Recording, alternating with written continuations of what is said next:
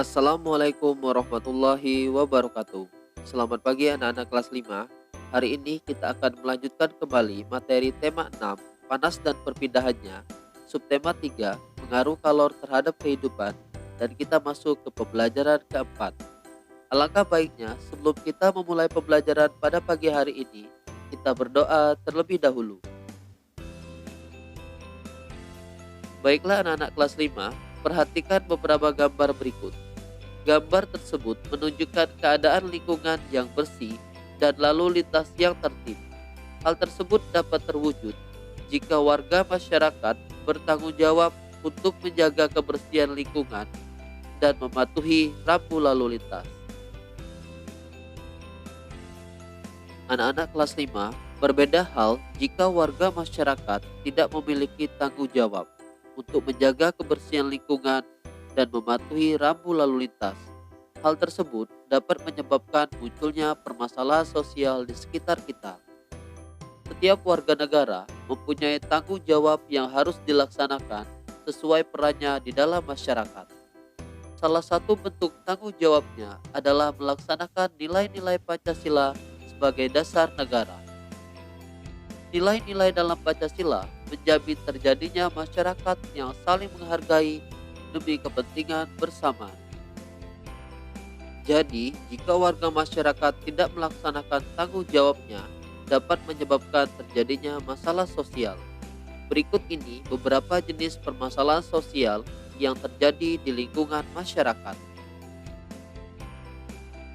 Sampah. Masalah sampah disebabkan kebiasaan membuang sampah sembarangan. Sampah yang berserakan akan mengganggu keindahan lingkungan dan menjadikan lingkungan tidak nyaman. Untuk mengatasi masalah sampah dapat dilakukan dengan membiasakan dan menganjurkan membuang sampah pada tempatnya. Juga dapat dilakukan program daur ulang limbah. Kali atau sungai yang kotor. Kali atau sungai yang kadang-kadang dijadikan tempat pembuangan sampah bagi warga masyarakat maupun limbah dari pabrik. Semua ini membuat kali menjadi kotor dan daya tampungnya berkurang. Akibatnya, pada musim penghujan, air kali meluap dan menyebabkan banjir. Untuk mengatasi masalah sungai yang kotor, dapat dilakukan dengan sosialisasi tentang prokasi atau program kali bersih. Tidak membangun rumah di sekitar das atau daerah aliran sungai. Bangunan liar. Bangunan liar sering kita jumpai berada di atas saluran air, di trotoar, di taman-taman kota, dan di kolong-kolong jalan layang.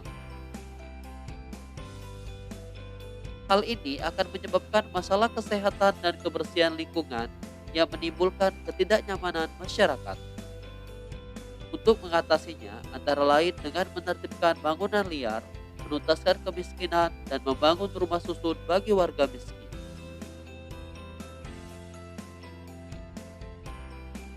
Kemacetan lalu lintas. Salah satu penyebab kemacetan lalu lintas antara lain banyak pengguna jalan yang tidak melakukan kewajibannya untuk menaati aturan lalu lintas. Hal tersebut dapat menimbulkan ketidaknyamanan dan ketidaknyamanan para pengguna jalan dan masyarakat sekitarnya. Untuk mengatasi dengan sosialisasi, tertib berkendara, menegakkan peraturan lalu lintas, dan dengan menambah ruas jalan baru. Demikian tadi anak-anak kelas 5, beberapa permasalahan sosial yang terjadi di sekitar kita. Anak-anak kelas 5, pernahkah kalian ke kota Medan? Ada satu oleh-oleh khas kota Medan, yaitu bolu meranti. Usaha bolu meranti Medan. Ada yang bilang, kalau pulang dari Medan tanpa membawa bolu meranti, berarti ia tidak benar-benar pergi ke Medan. Ya, siapa yang tidak tahu bolu meranti? Tetapi ternyata, bolu ini menjadi oleh-oleh khas Medan mulai tahun 2000-an. Sebelum itu, orang tidak tahu apa-apa tentang oleh-oleh tersebut. Bolu meranti adalah makanan berupa bolu gulung berbahan dasar telur dan tepung yang diisi berbagai macam isian. Untuk membuat bolu ini, diperlukan oven untuk memanggang adonan yang telah dibuat sebelumnya. Saat ini, ada berbagai isian untuk bolu ini. Ada isian keju, coklat, mocha, stroberi, dan kacang. Nama meranti berasal dari nama jalan di mana bolu ini pertama kali dijual untuk umum. Bolu ini memiliki rasa yang khas, lembut, dan cukup tahan lama meskipun tidak menggunakan bahan pengawet. Siapakah orang di belakang bolu terkenal ini? Seorang ibu bernama Ailing suatu hari menitipkan bolu buatannya di toko milik salah satu kerabatnya yang berlokasi di Jalan Meranti. Ailing yang sedari muda dikenal suka memasak dan membuat kue ini, lama-kelamaan kewalahan dengan pesanan bolu yang dibuatnya. Hingga suatu saat ia membuka gerai sendiri di tempat yang lain. Namun, ia tetap menggunakan nama Meranti sebagai nama bolunya untuk menjaga agar pelanggannya ingat akan bolu buatannya. Ailing tidak menyangka usahanya ini dapat membuat kota Medan semakin terkenal. Banyak orang telah mendapatkan manfaat dari usahanya membuat bolu. Bahkan, ia pun membuka gerai di Bandara Udara Internasional Kuala Namu untuk memudahkan pelanggan mendapatkannya sebagai oleh-oleh khas kota Medan. Baiklah anak-anak kelas 5, berdasarkan uraian tersebut, mari kita jawab beberapa pertanyaan berikut ini. 1. Bagaimana kue bolu meranti menjadi oleh-oleh khas kota Medan? Bolu ini memiliki rasa yang khas, lembut, dan cukup tahan lama meskipun tidak menggunakan bahan pengawet, sehingga disukai para pelanggan dan kemudian menjadi oleh-oleh khas kota Medan. 2. Apa saja usaha yang dilakukan pemiliknya sehingga membuat bolu ini terkenal? Ailing membuka gerai sendiri di tempat yang lain, bahkan ia pun membuka gerai di Bandar Udara Internasional Kuala Namu untuk memudahkan pelanggan mendapatkannya sebagai oleh-oleh khas kota Medan.